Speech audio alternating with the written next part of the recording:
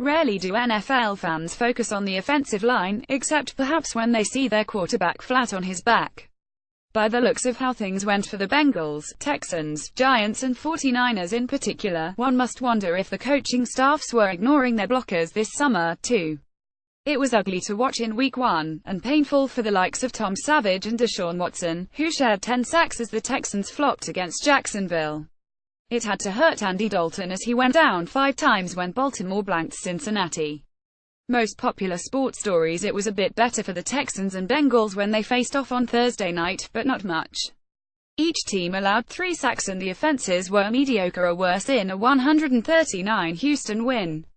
Eli Manning felt the Cowboys' pass rush wrath 3 times, but the issue for the Giants was that its O-line was more of a zero line, as in zero production. Brian Hoyer could get virtually nothing going for San Francisco against Carolina, and the run game truly failed with 51 yards. File in this September 10, 2017 file photo: Cincinnati Bengals quarterback Andy Dalton 14 is sacked by Baltimore Ravens outside linebackers Adarius Smith 90 in the first half of an NFL football game in Cincinnati. Dalton went down 5 times when Baltimore blanked Cincinnati. App photo: Frank Victori's photo credit app. I knew that game was going to be rough, first-year 49ers coach Kyle Shanahan said. I've played against Carolina a lot, so you go in expecting that. You know it's not all going to be pretty. It's going to be ugly. I've never played Carolina when it hasn't been that way. But, you've got to come up with those plays and that's what gives you a chance to win, and if you don't it's real tough too. It was far worse in Houston. At least New York, Cincinnati and, to a lesser extent, San Francisco have proven quarterbacks who can reduce the damage of a leaky offensive line by making some adjustments. Savage and Watson: basically they are both rookies. What we talk to quarterbacks about all the time is put us in the play that you can, Texans QB's coach Sean Ryan said before Houston's win Thursday night, when Watson's brilliant weaving 49-yard run provided the only touchdown. We preach that all the time to those guys, Ryan added. They always do their best to see what's going on defensively and get that done for us.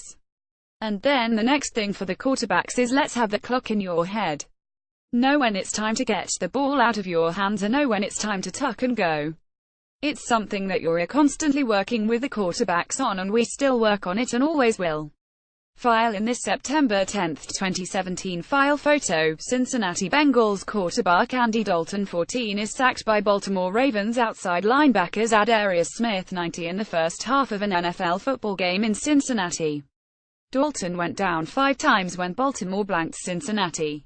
App photo: Frank Victori's photo credit app. Oddly, the Giants and Bengals didn't do much work to improve their blocking units in the offseason. New York's main weakness on offense in 2016, when the defense carried it into the playoffs, was the production up front. The running game stagnated because there were few, if any, lanes to run through. True, the Giants didn't and still don't have a stud running back. But a running game by committee can work, especially with an Odell Beckham Jr. on the outside as the main threat who demands double teams on virtually every snap.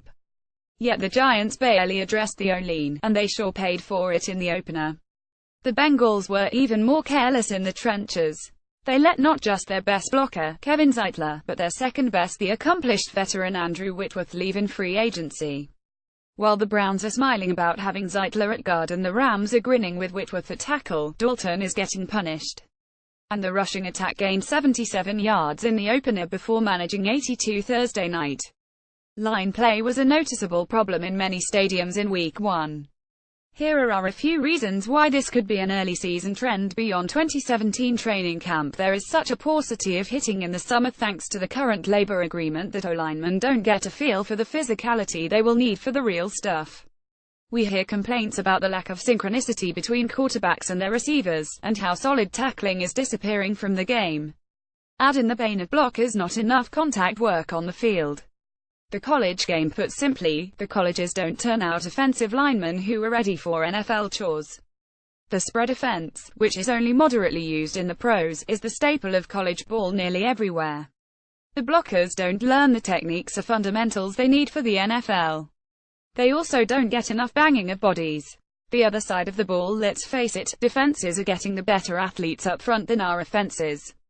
As coaches have become enamored of size and brute strength in their blockers, they've lost sight of the fact that fast, agile and also strong defenders are the better players.